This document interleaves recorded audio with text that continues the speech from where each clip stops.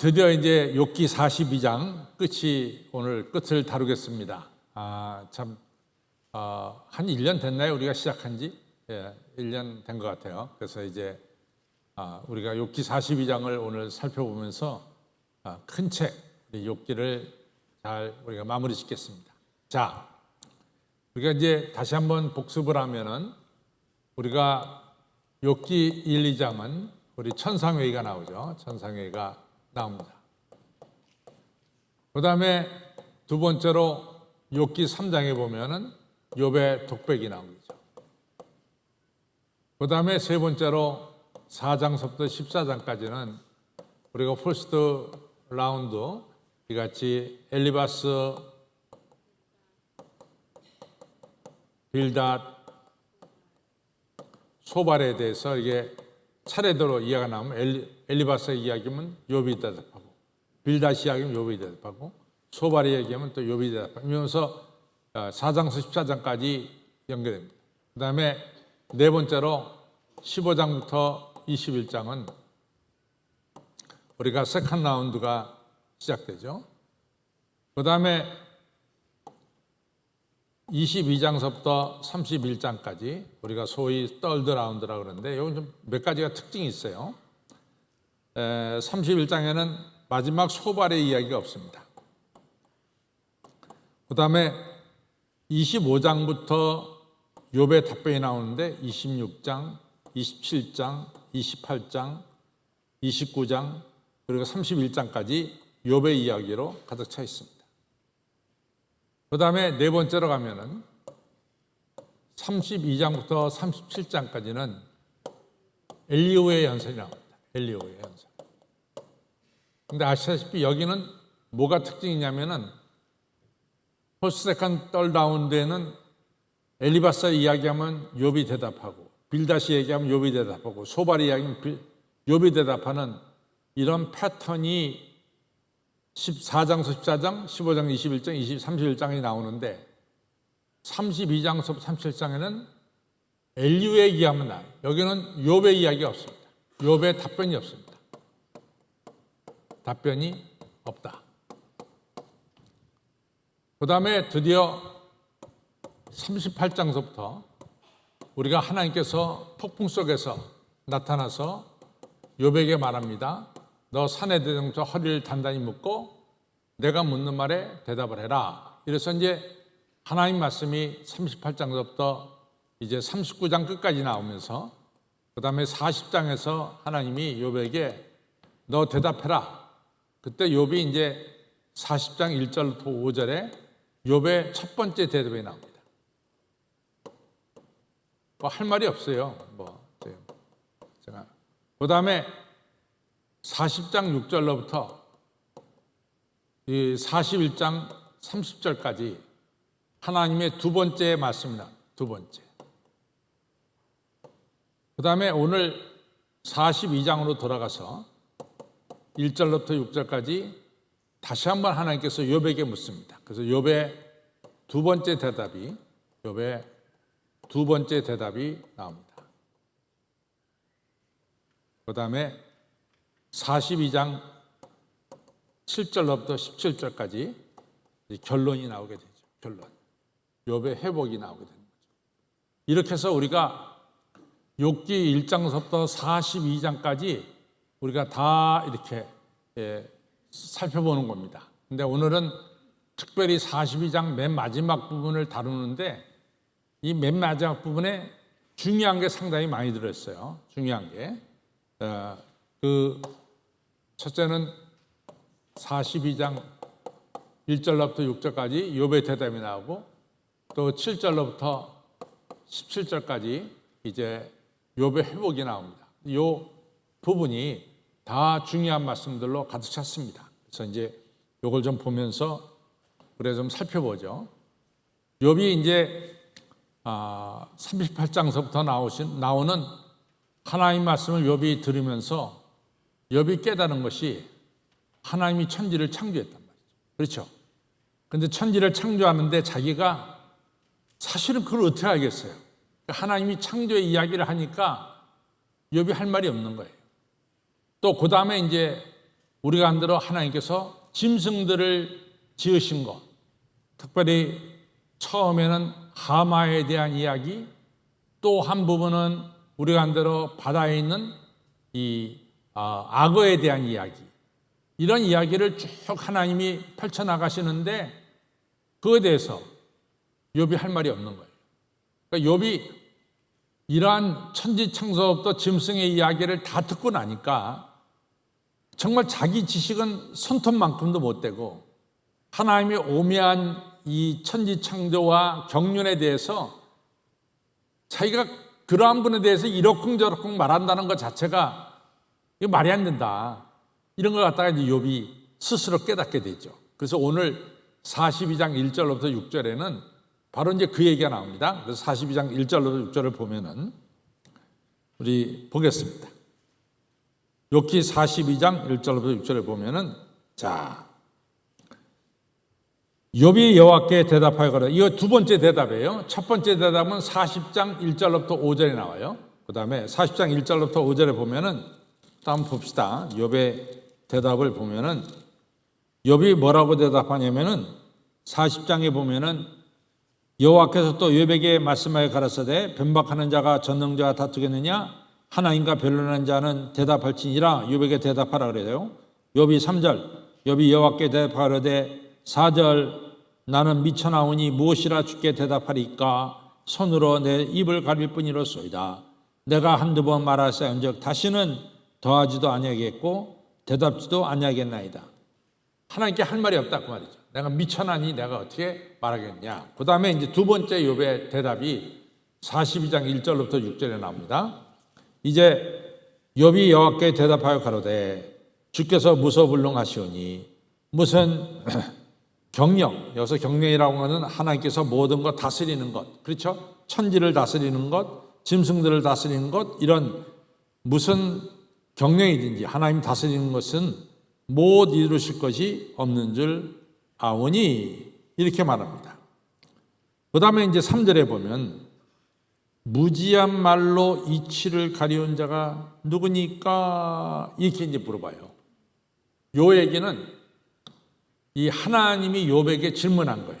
그래서 38장 갑니다. 38장 가면 하나님께서 폭풍 속에서 나타나서 욥에게 하신 말씀이 나옵니다. 38장에 처음으로 하나님이 욥에게 나타나서 폭풍 속에서 말씀하시죠. 38장 가면 때에 여호와께서 폭풍 가운데서 욥에게 말씀하여 가라사대, 무지한 말로 이치를 얻게 하는 자가 누구냐? 하나님 말씀이에요. 이거 하나님 말씀을 인용해가지고 욥이 이렇게 말합니다. 무지한 말로 이치를 가려는 자가 누구니까? 바로 접니다. 내가 스스로 깨달을 수 없는 일을 말하였고 스스로 알 수도 없고 헤아리기도 어려운 일을 말했습니다. 내가 지금까지 하나님께 대해서 이러쿵 저러쿵 이야기한 것은 내가 정말로 무식해서 알지도 못하는 가운데서 내가 이러쿵 저러쿵 말했습니다. 자기의 이 무지를 갖다가 이야기하죠. 그 다음에 4절도 마찬가지예요. 내가 말하겠사오니 주여 들으시고 내가 주께 묻겠사오니 주여 내게 알게 하옵소서. 이것은 욥이 말이에요. 하나님한테 따질 때 한 말이에요. 하나님 저한테 대답해 주세요. 내가 말하겠사오니 하나님 내 말을 들으시고 내가 주께 묻겠사오니 주여 내게 알게 하옵소서. 이것은 욥이 그동안에 이제 엘리바스나 빌닷이나 소바락을 이야기할 때 이 얘기를 했습니다. 내가 너무 고통이 억울합니다. 그러니까 내 고통당하는 것에 대해서 내가 말하겠사오니 하나님께서 들으시고 내가 주께 묻겠사오니 주여 내게 알게 하옵소서 하면서 이것은 이같이 따진 거죠. 그러면서 이제 자기가 이렇게 물어본 것에 대해서 회개하는 거예요. 내가 이런 정말로 하나님께 하지 못할 말을 했습니다. 라고 하는 회개가 이 안에 들어있는 거죠. 그러면서 5절이 이제 저는 욥기에서 가장 중요한 구절을 하나 꼽으라. 그럼 저는 42장 5절이에요. 42장 5절. 욥이 아주 중요한 고백을 합니다. 욥이 고통당하기 전에는 하나님 누구냐? 귀로만 들어서 알았어요. 고통당하기 전에는 하나님에 대해서 아는 것이 귀로만 들어서 알았습니다. 그러나 이런 고통 끝에 욥이 깨달은 게 뭐냐? 우리 같이 있습니다. 시작. 내가 주께 대하여 귀로 듣기만 하였었더니 이제는 눈으로 주를 배움나이다.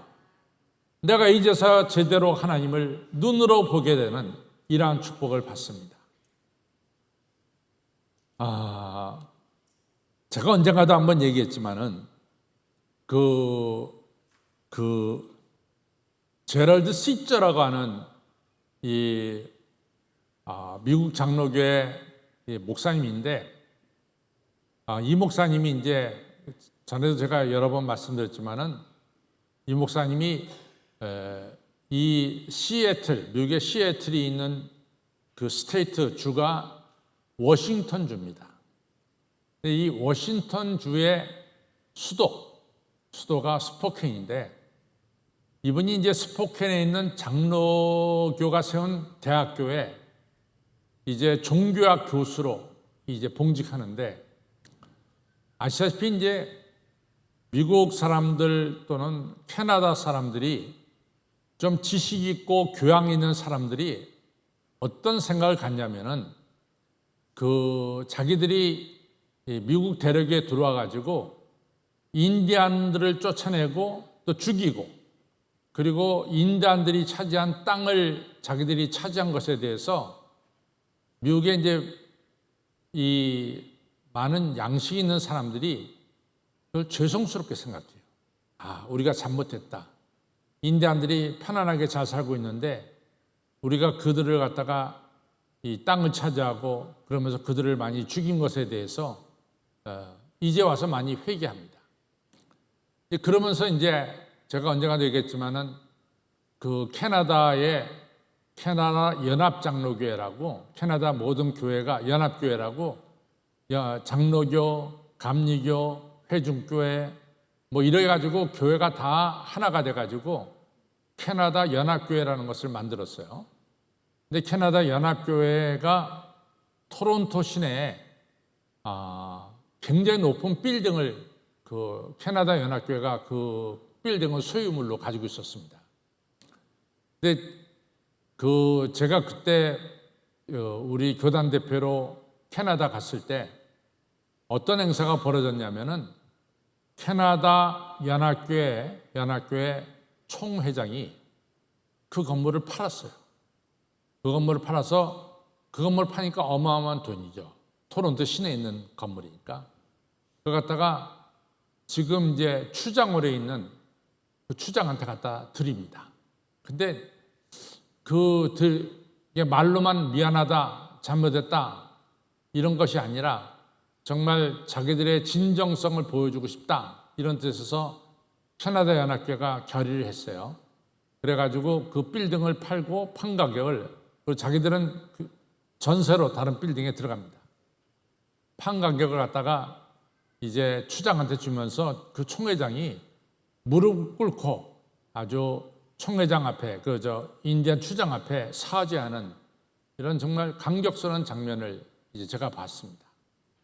이러면서 이제 미국이나 캐나다나 적어도 교회가 중심으로 해서 인디안들에 대한 자기들의 과거 조상들이 박해한 것에 대해서 좀 회개하고 있었어요. 근데 이제 제럴드 시저 목사님은 이 인디안 리저베이션이 시애틀 그쪽에, 이제 워싱턴주 쪽에 있거든요.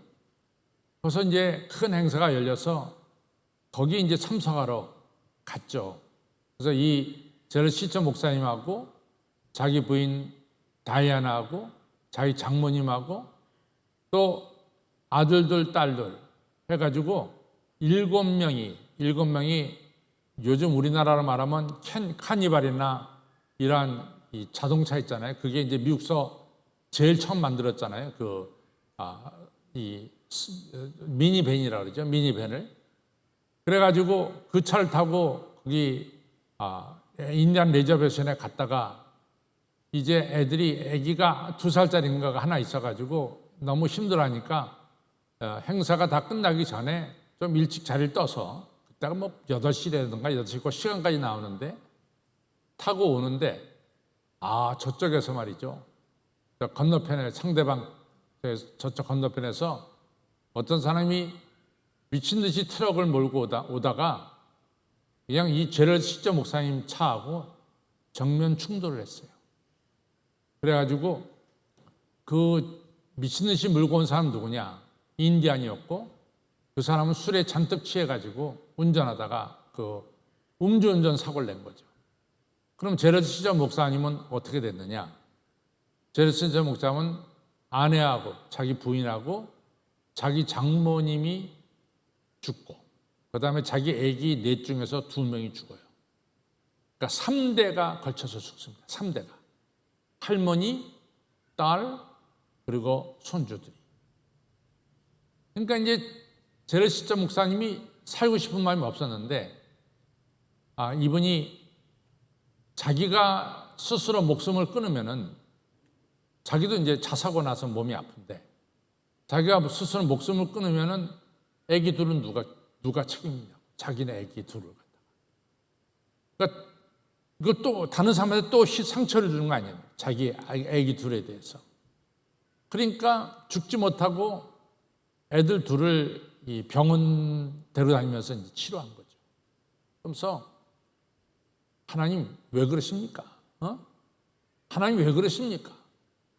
내가 뭘 그렇게 잘못했다고 하나님 우리 아내와 내 아내와 장모님하고 내 애들 둘을 다 한꺼번에 죽게 하십니까? 이러면서 이 양반이 정말로 눈물이 마르도록 1달 넘게 기도를 했대요. 정말로 하나님을 이해 못했다는 거죠. 근데 어느 날 눈물도 더 이상 나지 않는 데서 기도하는데 글쎄 자기 그 눈앞에 십자가에 달리신 예수님이 나타나시면서 내가 너와 늘 함께하고 있다. 이런 말씀을 주시더라는 거죠. 십자가에 대해서 피 흘리시는 예수님이. 그때 이제 제럴드 시저 목사님이 정신을 차리고 다시 이제 애들 키우면서 살기 시작했죠. 이분이 똑같은 얘기를 해요. 내가 과거에는 그냥 하나님에 대해서 지식적으로 알았는데 이제는 내가 예수님 십자가에 달리신 예수님을 내가 눈으로 보아서 알게 됐습니다. 이런 정말 감격적인 이런 고백을 하고 있습니다.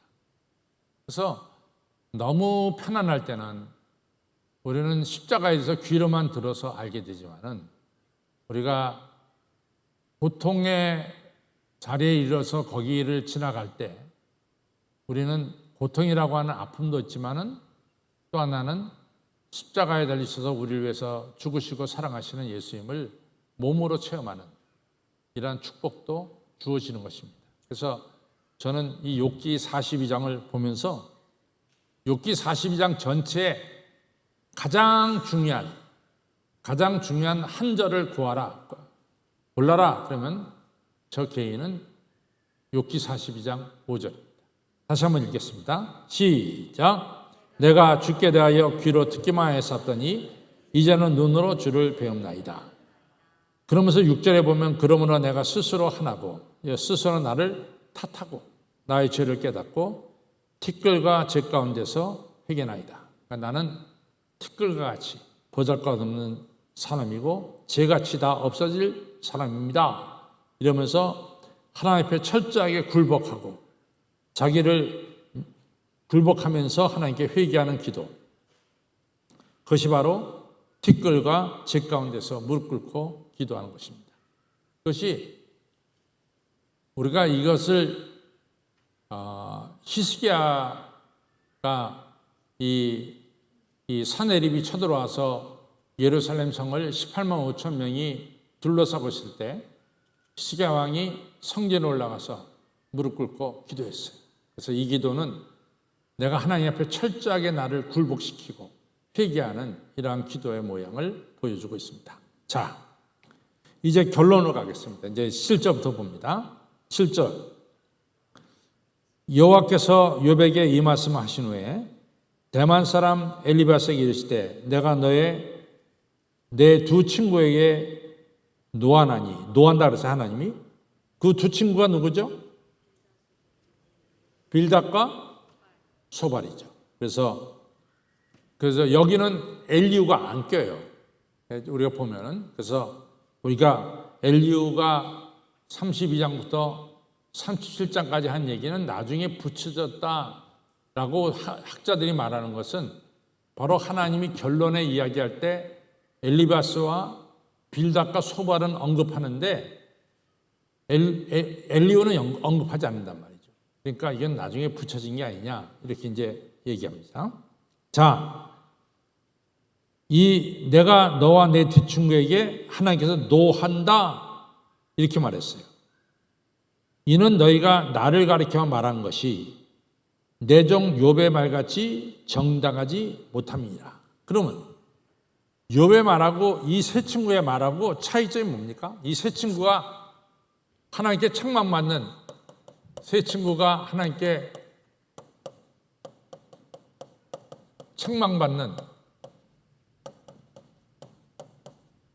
이유가 뭐예요? 이유가 우리가 지금 욥기 42장까지 다 공부하면서 좀 정리를 해볼 필요가 있어서 제가 이제 물어봅니다. 세 친구 엘리바스, 빌닷, 소발이 지금 하나님께 지금 책망을 받고 있어요. 책망받는 이유가 뭘까요? 네. 책망받는 이유. 옛날 권사님 뭐라고요? 네. 인과응보를 기계적으로 적용시키는 거야. 인과응보를 기계적으로 적용시키는 겁니다. 인과응보.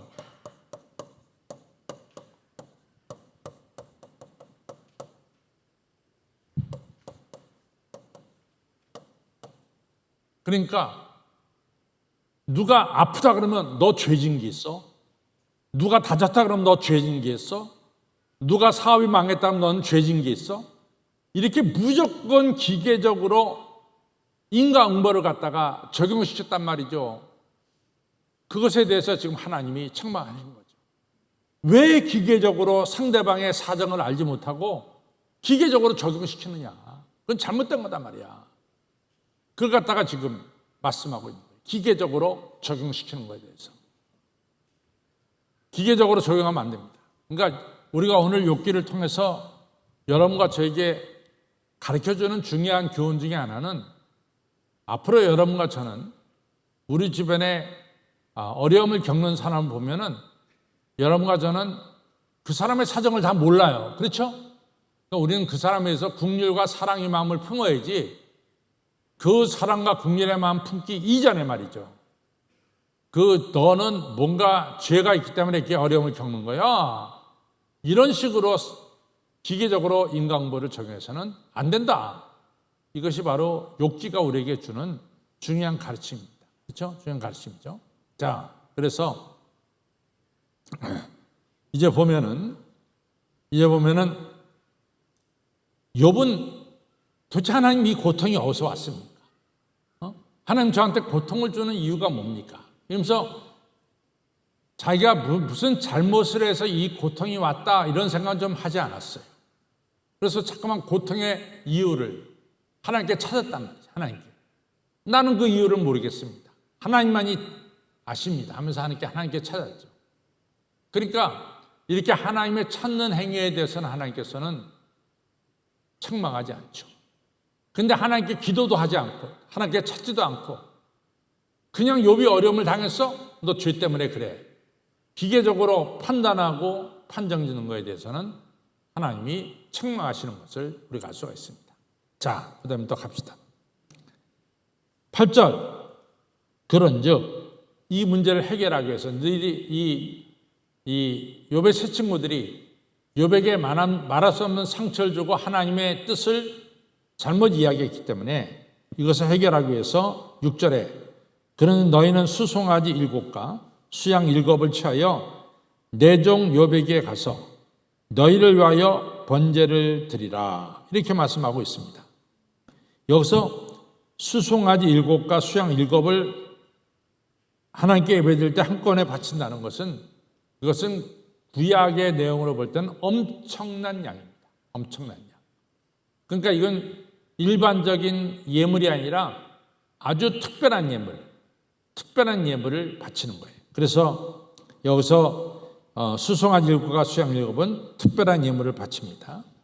나중에 이제 여러분과 제가 미가서 6장에 보면은 하나님 아버지 내가 수송아지 하나를 바치면 하나님 편하겠습니까? 노 그랬죠. 내가 또 천천의 수양이나 만만의 이 기름으로 바치면 하나님께서 받겠습니까? 노했죠. 그럼 내 맏아들 갖다 바칠 텐데 받으십니까? 노했죠. 근데 이런 우리가 미가서 6장 8절에 나오는 1절로 8절에 나오는 내용을 보면은 맨 처음에 시작한 게 수송아지 한 마리예요. 근데 여기서는 7마리니까 굉장히 큰 제물을 갖다 바치는 거예요. 그래서 큰 제물을 가지고 이제 하나님께 드리는데 이 제사를 누가 집례하느냐? 욥에게 부탁해라. 너희가 욥에게 잘못했으니까 욥이 너희들을 중보하는 마음으로 욥에게 이 제사 예배를 갖다가 집례하도록 부탁을 해라. 이런 말씀이 되겠죠. 그래서 여기서 보면은 이 8절에 보면은 그런즉 너희는 수송아지 7과 수양 7을 취하여 내 종 욥에 가서 너희를 위하여 번제를 드리라. 내 종 욥이 너희를 위하여 기도할 것인즉 중보 기도할 것인즉 내가 그를 기쁘게 받으리니 너희의 우매한 대로 너희에게 갚지 않고 너희들이 죄를 진 대로 내가 갚지 아니하리라. 이는 너희가 나를 가리켜 말한 것이 내 종 욥의 말같이 정당하지 못했다. 그러니까 하나님께서 분명하게 선을 그었어요. 인간벌을 기계적으로 적용한 것은 잘못된 거다. 그래서 이 말씀을 듣고 9절에 이에 대만 사람 엘리바스와 수아 사람 빌닷과 나아마 사람 소발이 가서 여호와께 자기들이 명하신 대로 이제 수송아지과 수양 7을 가지고 이제 욥에게 갔죠. 네. 그래서 욥이 그 벗들을 위해서 이제 하나님께 기도합니다. 중보 기도합니다. 제사를 드립니다. 10절 시작. 욥이 그 벗들을 위하여 빌매 여호와께서 욥의 공경을 돌이키시고 욥에게 그전 소유보다 갑절이나 주시니라. 참 이 10절의 말씀은 기가 막힌 말씀입니다. 하나님께서 욥이 잃어버린 걸 갖다가 배나 이같이 회복시켜 주실 때 어떤 계기를 통해서 이게 회복이 되냐면 욥의 세 친구가 욥에게 잘못했잖아요. 그렇죠? 근데 그걸 갖다가 용서해 주는 중보 기도를 드리고 나서 그 다음에 배나 더한 축복을 내려주신다는 거죠. 참 이 10절은 중요한 말씀이에요. 틀림없이 욥의 세 친구들이 욥에 대해서 상당히 상처를 줬어요. 처음에는 그냥 점잖게 나가다가 두 번째 세컨 라운드에서는 욥을 갖다 악인으로 몰고 있단 말이죠. 욥을 갖다. 그러니까 욥이 뒤집어지는 걸 자기를 악인으로 보니까. 그러니까 욥이 위로한답시고 온 세 친구를 통해서 받은 상처가 너무 많아요. 그런데 오늘 하나님께서 욥에게 그 세 친구들을 위해서 욥이 네가 중보 제사를 드려라. 그래서 욥이 이걸 받아들였어요. 그리고 욥이 그 하나님 말씀대로 자기에게 잘못한 세 친구를 위해서 중보 기도가 끝나자마자 모든 것이 잃어버렸던 것이 뭐요? 배로 회복되는 역사가 일어났다. 그러니까 우리가 용서를 해준다는 것은 축복을 받는 길이 되는 것이다. 이렇게 볼 수 있어요. 용서해 주는 것은 축복을 받는 길이 되는 것이다. 저 따라서 용서를 해주는 것이 축복의 길로 들어가는 것이다. 아멘. 참 중요한 얘기. 용서해 주는 것이 축복의 길로 들어가는 것이다. 자, 그 다음에 갑시다. 그 다음에 하면은 그 다음에 우리 다시 한번 10절을 읽겠습니다. 10절 시작. 욥이 그 벗들을 위하여 빌매 여호와께서 욥의 공경을 돌이키시고 욥에게 그전 소유보다 갑절이나 주신지라. 11절 이에 그의 모든 형제와 자매와 몇 전에 알던 자들이 다 와서 그 집에 와서 그와 함께 식물을 먹고 여호와께서 그에게 내리신 모든 재앙에 대하여 그를 위하여 슬퍼 그동안 고생한 것에 대해서 위하여 슬퍼하고 위로하고 위로했어요. 그랬더니 욥이 그 자기를 위로한 사람들에게 각각 금 한 조각과 금고리 하나씩을 주었더라. 그러니까 욥이 완전히 회복됐을까요? 안 됐을까요? 이게 증명하는 거예요. 하나도 없던 욥이 자기를 위로하러 온 사람들에게 금 조각씩 하나씩 딱딱 주었다는 것은 모든 것이 이제 회복이 되었구나, 이런 걸 알 수가 있죠. 그 다음에 12절 같이 보습니다. 시작. 여호와께서 욥의 모년에 말년에 복을 주사 처음 복보다 더하게 하시니 그가 양 1만 4천가, 이제 처음에 나온 것 전부 다 더블입니다. 양 1만 4천가, 약대 6천가, 소 1,000결이야. 처음엔 소 500결이었어요. 암낙이 1,000을 두었고, 암낙이 500을 두었네, 1,000을 두었다. 그런데 그의 모든 짐승은 배로 뛰었는데 욥의 처음 자녀가 아들 몇 명, 딸 몇 명이었죠? 욥의 처음 자녀, 재앙을 받기 전에 욥의 처음 자녀, 몇 명이었죠? 아들 7, 딸 3이었어요. 요거는 변하지 않아. 이건 그대로가. 그렇죠? 그래서 아들 7, 딸 3이라고 하는 이 말은 아주 퍼펙트한 숫자입니다. 아들 7, 퍼펙트, 7자, 딸 3, 성부장자, 성령, 이거 완전한 숫자죠. 그래서 이 완전한 숫자는 하나님께서 그냥 유지시켜 주십니다. 여기서 보면은 이제 이 아들 7, 딸 3은 그냥 유지시켜 줍니다. 그 다음에 14절. 그가 첫째 딸은 여미마라 이름하였고, 둘째 딸은 구시아라 이름하였고, 셋째 딸은 게렌 합북이라 이름하였어요. 이건 다 미여에 대한 것입니다. 그러니까 이 세 딸들이 상당히 여기 성경에 나온 것처럼 아리따운 여자였다, 이렇게 볼 수 있죠. 15절 시작. 전국 중에 욥의 딸들처럼 아리따운 여자가 없었더라. 그 아비가 그들에게 그 오라비처럼 산업을 줬다. 옛날에는 남자한테만 산업 주었고 딸엔 산업 안 줬잖아요. 근데 욥은 자기의 산업을, 유산을 갖다가 아들에게도 주고, 그 다음에 누구에게 줬어요? 딸에게도 줬다, 이런 얘기입니다.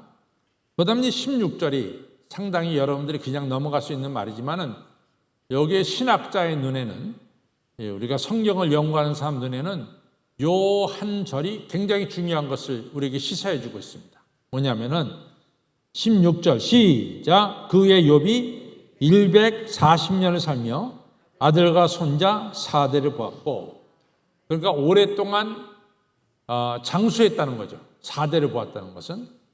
그 다음에 성경에 뭘 얘기하냐면 140년을 살고라는 얘기가 나와요. 그래서 우리가 도대체 욥이 어느 시대 사람이냐, 어느 시대 사람이냐 궁금해요.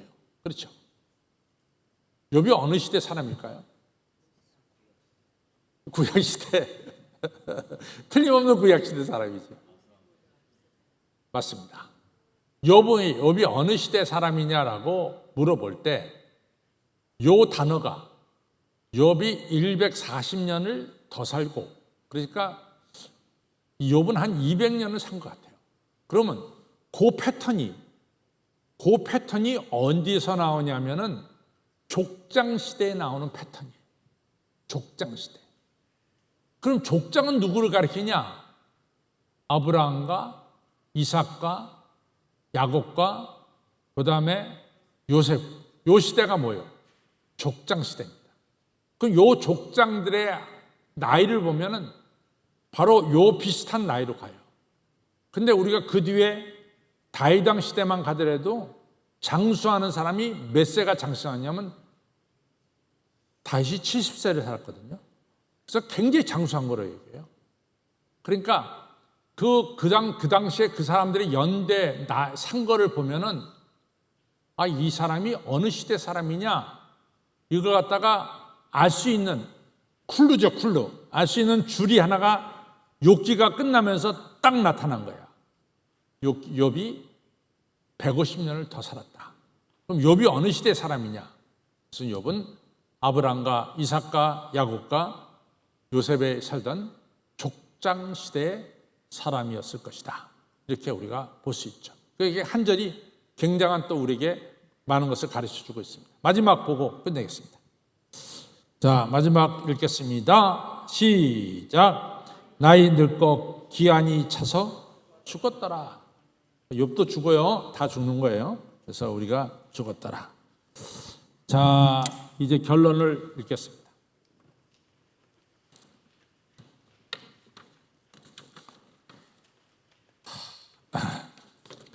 같이 했습니다. 결론 시작. 욥기를 마감하면서 우리에게 주는 교훈은 경건이란 주변 조건에 따라서 신앙이 변하는 것이 아니라는 것입니다. 경건은 어떤 경우에도 변함이 없이 하나님을 섬기는 것을 말합니다. 이걸 갖다 뭐예요? 신남. 그렇죠? 욥은 고난 속에서도 하나님을 떠나지 않았습니다. 물론 고난 속에서 욥이 하나님을 따지듯이 말한 것도 있습니다. 그러나 욥이 하나님의 천지창조 섭리를 보고 나서 티끌과 죄를 뒤집어쓰고 회개하였습니다. 그리고 욥에게 잘못 행한 세 친구를 위해서 중보기도 하였던 것입니다. 하나님께서 이러한 욥을 용서하셨습니다. 그리고 욥을 가리켜서 내 종이라고 말씀하셨습니다. 하나님과 가깝다는 얘기죠. 하나님께서는 욥에게 은혜를 베푸셔서 처음보다 배나 더한 축복과 사대를 보는 장수의 삶을 주신 것입니다. 성도 여러분, 우리는 주변 상황과 관계없이 하나님을 경외하는 신앙을 갖기를 바랍니다. 이 신앙이 뭐예요? 신남의 신앙이죠. 우리가 시작. 우리가 하나님께 잘못된 것을 깨달았을 때 즉시로 회개하시기 바랍니다. 그리고 이웃의 허물을 용서하는 중보기도를 드리시기를 바랍니다. 하나님께서 욥에게 행하신 것처럼 우리에게도 크신 은혜와 축복을 베풀어 주실 것입니다. 내가 모태에서 적신이 낳아 싸운즉 또한 적신이 그리로 들어갈지어다. 주신 자도 여호와시오 취하신 자도 여호와시니 여호와 이름이 찬송을 받으실지니이다. 아멘. 이래서 우리가 욥기가 끝났습니다.